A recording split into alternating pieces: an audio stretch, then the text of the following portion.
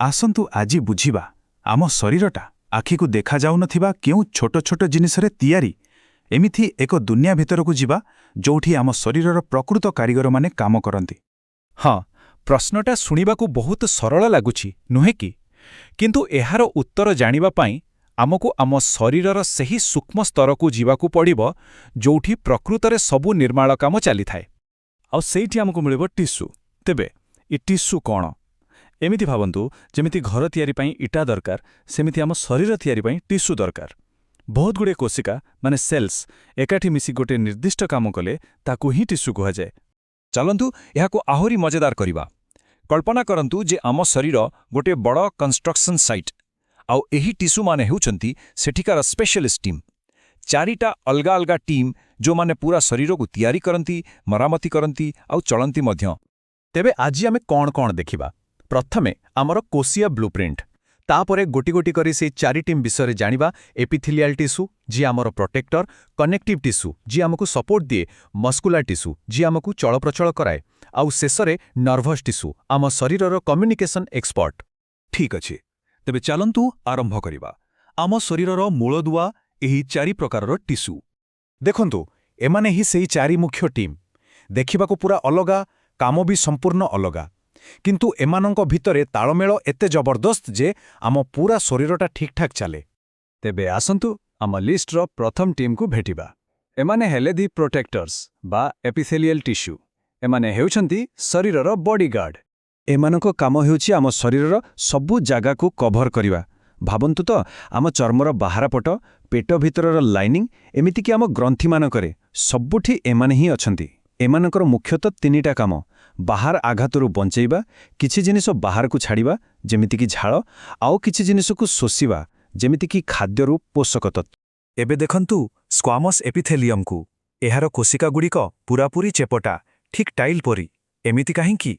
कारण जेउठी जिनिसपत्रर दियानिया शीघ्र हेबार अछि सेठी एमाने काम करंती। जेमिति आम फुसफुस भितरे जेउठी अम्लजान आउ अंगारकाम्ल बहुत जल्दी बदलिबा दरकार। तापरे आसिला क्यूबॉइडल। एहार नारू ही जनापड़ुछि ए कोशिका गुड़िकु क्यूब बा वर्गाकार। एमानंकर डिजाइन ही एमिति होइछि जेमिति एमाने किछि जिनिस शोषण पारिबे किंबा बाहर करि पारिबे, ठीक जेमिति आम थायरॉइड ग्रंथिरे देखा जाए। आउ ए हेउछि कलमनार एपिथेलियम। एगुड़िक खुंटी परी लंबा लंबा। लंबा हेबार फायदा हेउछि एमाने अधिक सुरक्षा देई पारंती आउ अधिक जिंस तयारी करे बाहर करि पारंती, जेमिति कि फालोपियन ट्यूबर भीतर पटे एमाने थांती। किंतु सबुठ मजादार हेउछि ट्रांजिशनल एपिथेलियम। एहार सुपर पावर हेउछि एहा स्ट्रेच होई पारे, माने टाणी होई लंबी पारे, ठीक जेमिति आम मूत्राशय बा ब्लैडर। जेतेबेले एहा खाली थाए कोशिका गुड़िक मोटा थाए, आउ जेतेबेले भर्ती होई जाए सेगुड़िक टाणी होई चेप्टा होई जानती। केते आश्चर्यर कथा नुहे? अच्छा, प्रोटेक्शन टीम कथा तो जानिले। एबे चलंतु आम कंस्ट्रक्शन साइटर सबुठु गुरुत्वपूर्ण टीम पाखकु जिबा। एमाने हेले दि सपोर्टर्स बा कनेक्टिव टिश्यू। जानिछंती आम शरीररे सबुठु बेसी एही टिश्यू ही थाए। एहार ना ही एहार काम। एहा शरीरर सबु जिंसकु एकाठी कनेक्ट करी रखे आ गोटे ढांचा दिए। जे कोनोसी कनेक्टिव टिश्यू को देखिले सेथिरे मुख्यतः तीनिटा जिंस मिलिबो। प्रथमे हेले किछि कोशिका माने काम करिवा लोक।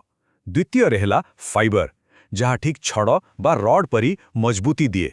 आउ तृतीय रहेला मैट्रिक्स, गोटे जेली भली जिंस जहाँ भितरे ए सबु जिंस रही थाए। आउ एमानंको वर्कर्स टीम रे बहुत वेराइटी अछि। फाइब्रोब्लास्ट माने फाइबर तयारी करंती। एडिपोज सेल गुड़िक चर्बी स्टोर करंती।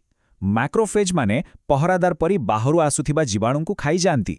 एमिथि अनेक। सेमिति एमानकर मटेरियल भी स्पेशल। कोलाजेन फाइबर स्टील भली मजबूत आ टाण सही पारे, आउ इलास्टिक फाइबर रबर बैंड भली टाणी होई पुणी निज जगह को फेरी आसे। आउ सबुठु आश्चर्यर कथा कौन जानते? आमर हाड़, कार्डलेज एपरिकी आमर रक्त ए सबु गोटे गोटे स्पेशल प्रकारर कनेक्टिव टिश्यू। अच्छा, ढांचा तो तयारी होई गला, किंतु एहाकु चलेइबो किए? एथिपई आसिले आमर तृतीय टीम दि मूवर्स बा मांसपेशीय टिश्यू। आमे जहाँ भी चलप्रचल करू ता पछरे एमानंकर ही हाथ। मुख्यतः एमाने तीनी प्रकारर। देखंतु प्रथमे हेला स्केलेटल मसल जहाँ आम हाड़ सहित लागि थाए। आमे जेतेबेले चाहिबा एमानंकु चलाई पारिबा। द्वितीय हेला स्मूथ मसल जहाँ आम पेट अंतनळी भितरे थाए। ଏମାନେ ଆମ କଥା ଶୁଣନ୍ତିନି, ନିଜ କାମ ଆପେ ଆପେ କରନ୍ତି। ଆଉ ତୃତୀୟରେ ହେଲା ସବୁଠୁ ଖାସ୍ କାର୍ଡିଆକ୍ ମସଲ। ଏହା କେବଳ ଆମ ହୃତ୍ପିଣ୍ଡରେ ହିଁ ଥାଏ ଆଉ ଜୀବନ ସାରା ବିନା ବିଶ୍ରାମରେ କାମ କରିଛି। ତେବେ ସିଧା କଥା ହେଲା ସ୍କେଲେଟାଲ ମସଲ ହେଉଛି ଭଲ୍ୟୁଣ୍ଟାରୀ, ମାନେ ଆମ ଇଚ୍ଛାରେ ଚାଲେ, କିନ୍ତୁ ସ୍ମୁଥ୍ ଆଉ କାର୍ଡିଆକ୍ ମସଲ ହେଉଛି ଇନଭଲ୍ୟୁଣ୍ଟାରୀ, ମାନେ ଏମାନେ ଆମ ନିୟନ୍ତ୍ରଣ ବାହାରେ ଅଟୋମେଟିକ୍ ମୋଡ୍ରେ ଚାଲନ୍ତି। ଆଉ ଏବେ ଆମର ଫାଇନାଲ ଟିମ୍, ଏମାନେ ସବୁଠୁ ଫାଷ୍ଟ, ସବୁଠୁ ସ୍ମାର୍ଟ। ଏମାନେ ହେଲେ ଦି କମ୍ୟୁନିକେଟର୍ସ ବା ସ୍ନାୟୁବିକ୍ ଟିସ୍ୟୁ। ଏମାନଙ୍କୁ ଆପଣ ଆମ ଶରୀରର ଇଣ୍ଟରନେଟ୍ କେବଲ ବା ଇଲେକ୍ଟ୍ରିକ୍ ୱାୟାରିଂ ବୋଲି ଭାବିପାରନ୍ତି। ଏମାନଙ୍କ କାମ ହେଉଛି ପୁରା ଶରୀରରେ ଖବର ଦିଆନିଆ କରିବା। କେଉଁଠି ଗରମ ଲାଗିଲା, କେଉଁଠି କଣ୍ଟା ଫୁଟିଗଲା, ଏସବୁ ଖବରକୁ ସେକେଣ୍ଡରୁ କମ୍ ସମୟରେ ମସ୍ତିଷ୍କ ପାଖରେ ପହଞ୍ଚାଇବା ଆଉ ମସ୍ତିଷ୍କରୁ ଅର୍ଡର ନେଇ ଯେମିତିକି ହାତ ହଟେଇ ନିଅ, ତାକୁ ମାଂସପେଶୀ ପାଖରେ ପହଞ୍ଚାଇବା। ଏସବୁ କାମ ବିଜୁଳି ବେଗରେ ହୁଏ। ତେବେ ଶେଷରେ ଏହି କଥାଟି ବହୁତ ଗୁରୁତ୍ୱପୂର୍ଣ୍ଣ। ଟିସ୍ୟୁ ହେଉଛି କୋଶିକାମାନଙ୍କର ଏକ ସମୂହ।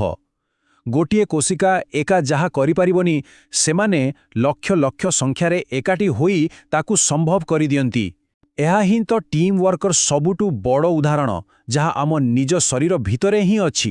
ତେବେ ଟିକେ ଭାବନ୍ତୁ, ଏହି 4ଟି ମୁଖ୍ୟ ଟିମ୍ ଛଡ଼ା ଏହି ମୁହୂର୍ତ୍ତରେ ବି ଶରୀର ଭିତରେ ଆହୁରି କେତେ ଯେ ଛୋଟ ଛୋଟ ମାଇକ୍ରୋସ୍କୋପିକ୍ ଟିମ୍ କାମ କରୁଥିବେ, ଯାହା ପାଇଁ ଆମେ ଜୀବିତ ଅଛୁ। ସେମାନେ କିଏ ହୋଇପାରନ୍ତି?